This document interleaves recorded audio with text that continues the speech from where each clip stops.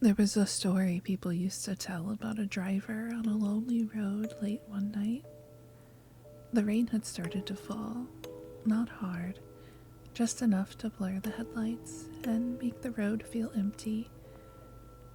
As the driver rounded a bend, he saw a young woman standing alone by the roadside.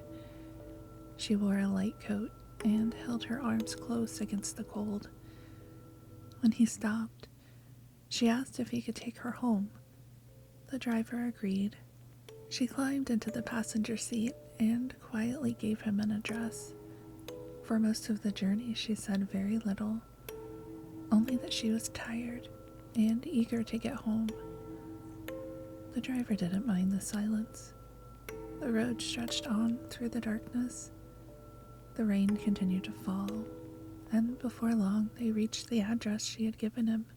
He pulled to the curb, then turned to tell her they had arrived, but the seat beside him was empty. The driver stared in disbelief. The door had never opened. He hadn't heard anyone leave.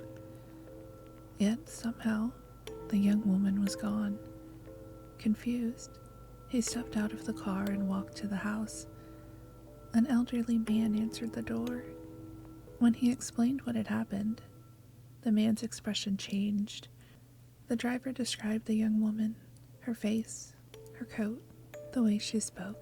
The man listened quietly, then he shook his head and said, "That was my daughter." The driver frowned. He looked back toward the empty street, then back at the man. He pointed toward a photograph hanging inside the house. It was the same young woman, the same face, the same coat. The driver's stomach turned, because the photograph was old, very old. The man lowered his eyes and said, "She died many years ago." Then he explained that every year on the anniversary of her death, someone would arrive at the house with the same story.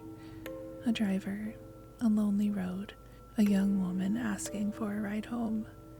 And every time she vanished before reaching the door.